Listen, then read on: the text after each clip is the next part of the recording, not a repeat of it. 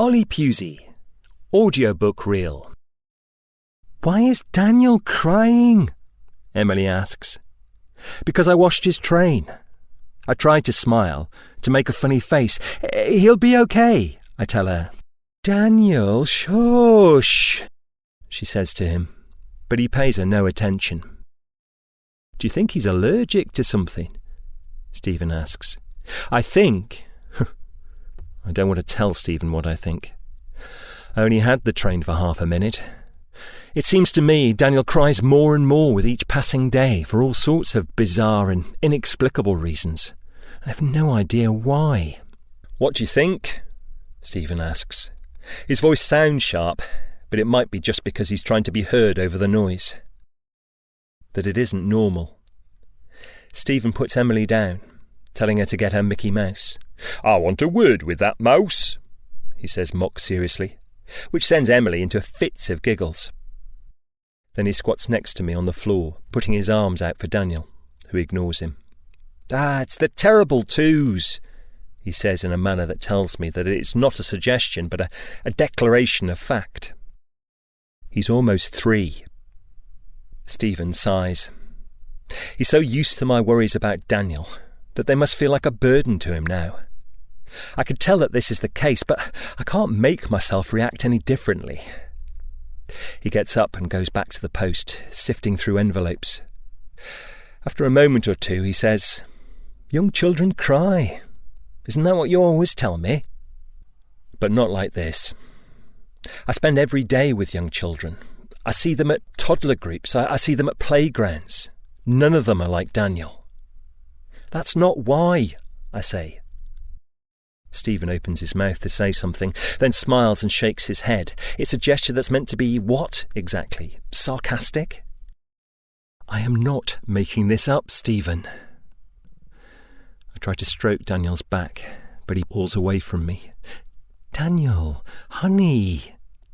He will not let me touch him, hold him, and yet he's crying as though something awful is hurting him, as though a bee has just stung him or some other acute and private pain has taken him over.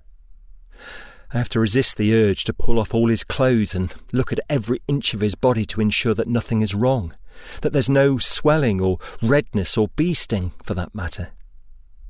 The only thing that stops me is that I know I will find nothing. You see, I've done all this on other occasions, and I've never found a thing.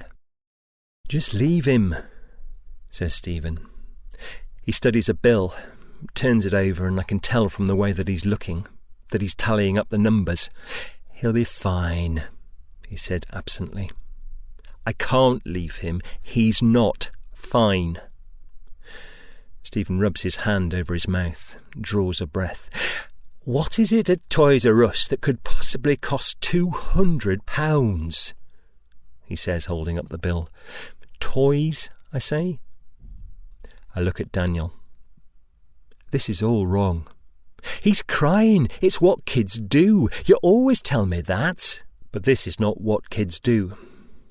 Daniel is pushing his head against my calf and now dragging his forehead along the floor.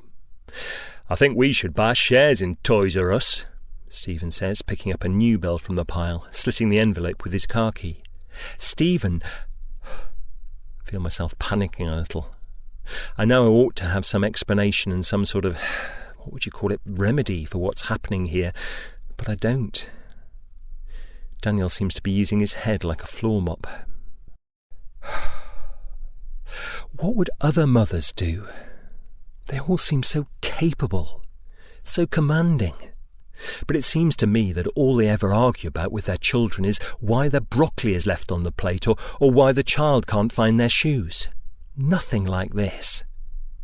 Daniel is hysterical, and I'm feeling not too far behind him.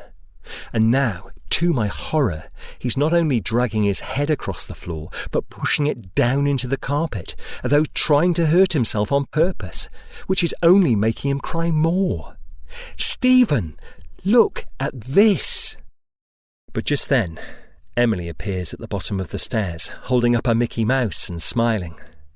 Stephen says, "Daniel has a headache, that's all." But I notice he's looking at Emily when he says this. It's as though he cannot bring himself to see what I am seeing. In front of me, Daniel is pushing his head into the corner of the room and pressing it there with every ounce of strength that he has.